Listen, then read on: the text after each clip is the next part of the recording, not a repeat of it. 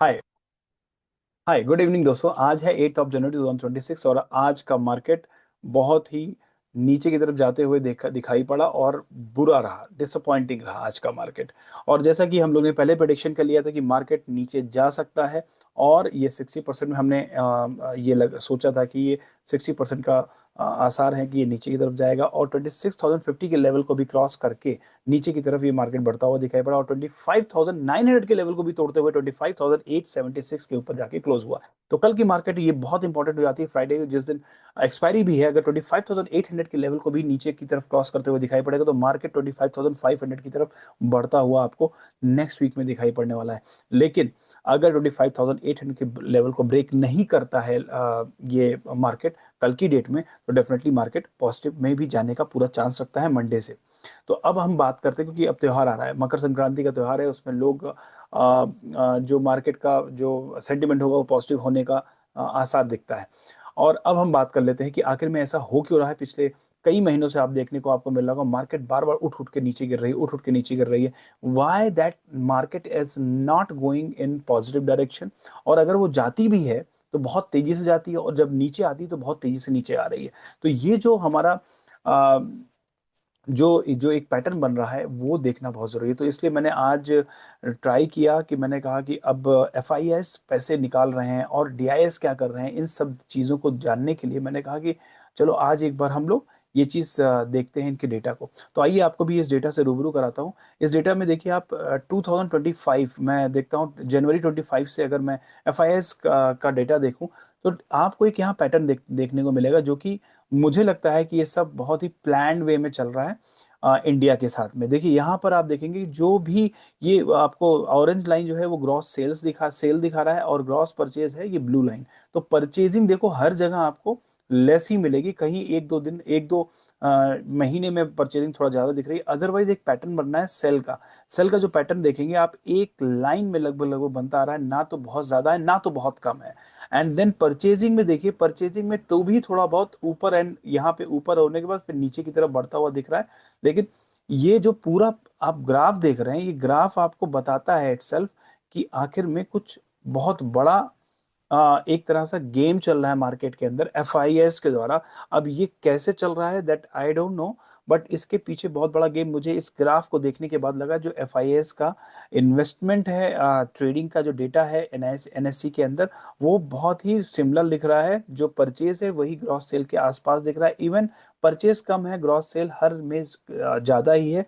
और अगर टोटल मिला के देखें तो कितना इन्होंने सेल किया है जनवरी 2025 से लेकर के नवंबर तक, इन्होंने करीब करीब 2,72,000 करोड़ का सेल कर दिया है, मार्केट से पैसे निकाले हैं। और डीआईएस की देख लीजिए यहीं पर। अब डीआईएस को अगर आप देखते हैं तो यहाँ पर आप देखेंगे परचेजिंग की पावर इनकी ज्यादा है और सेल इन्होंने कम किया हुआ है।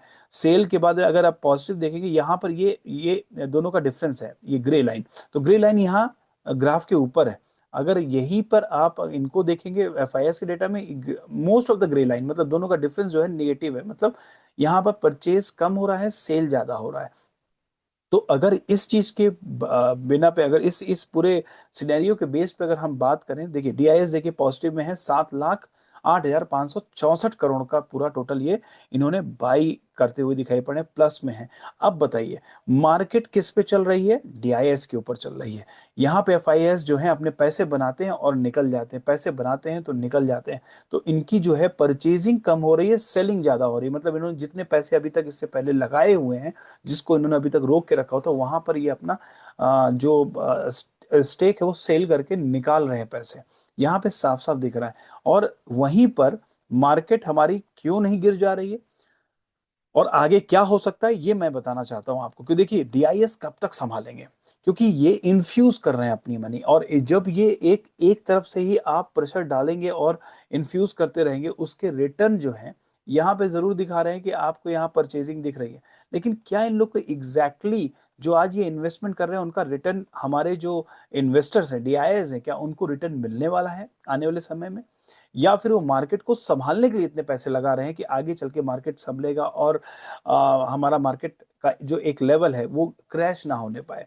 तो इस तरह से जो स्थिति बन रही है, इसमें ऐसा लग रहा है कि जो डीआईएस का पैसा है, जो उससे प्रॉफिट मतलब बनता है, जो मतलब एक मार्केट को संभालने का एक पैटर्न दिख रहा है कि डीआईएस जो है मिल करके इसको पैटर्न बना रहे हैं। अब ये चीज किस तरह से बैकग्राउंड में हो रही है, that I don't want to go inside, because यहाँ पर बहुत पॉलिटिकल, बहुत ही बिजनेस की जो पॉलिटिक्स होती है, फिर उसके बाद इंडियन पॉलिटिक्स होती है, इन सबको मिलाकर मुझे ऐसा दिखता है कि आने वाले समय में जब तक ये डीआईएस संभालने की कोशिश कर रहे हैं मार्केट को, तब तक ये मार्केट आपको 26-25 के बीच में दिखेगी। लेकिन जिस दिन भी इनका पेशेंस टूटता है, डीआईएस का पेशेंस टूटता है, और सेल का पॉइंट जो ये ग्रीन देख रहे हैं आप ना, इस एरिया में अगर ये रेड होना शुरू हुआ, तो मार्केट आपको 22,500 का लेवल भी टच करते हुए दिखाई पड़ेगी। कोई बड़ी बात नहीं हुई। तो इसलिए एवरी डे आपको ध्यान देना, अगर आप ट्रेडर हैं, एवरी डे आपको समझना है बिफोर स्टार्ट ट्रेडिंग कि आपको किस ट्रेंड में ट्रेड करना है। तो बहुत संभल के ट्रेड करिए। और इन्वेस्टर्स के लिए मैं एक बात बता दूं कि इन्वेस्टर अगर आप हैं, तो इन्वेस्ट करने के लिए आपको ये समझना होगा कि अभी कौन सा समय आएगा जिसमें आपको ज्यादा ज्यादा इन्वेस्ट करना है। तो ये समय अभी जो है वो स्टॉक स्पेसिफिक इन्वेस्टमेंट करने का समय चल रहा है। और ये जो स्थिति, भयावह स्थिति दिखाई दे रही है, ये आने वाले टाइम में जरूर एक ना एक बार 23,500 के लेवल को तोड़ करके ये नीचे की तरफ जाते हुए दिखाई देगा। ये मैं पहले ही डेटाबेस पे प्रेडिक्शन कर रहा हूँ।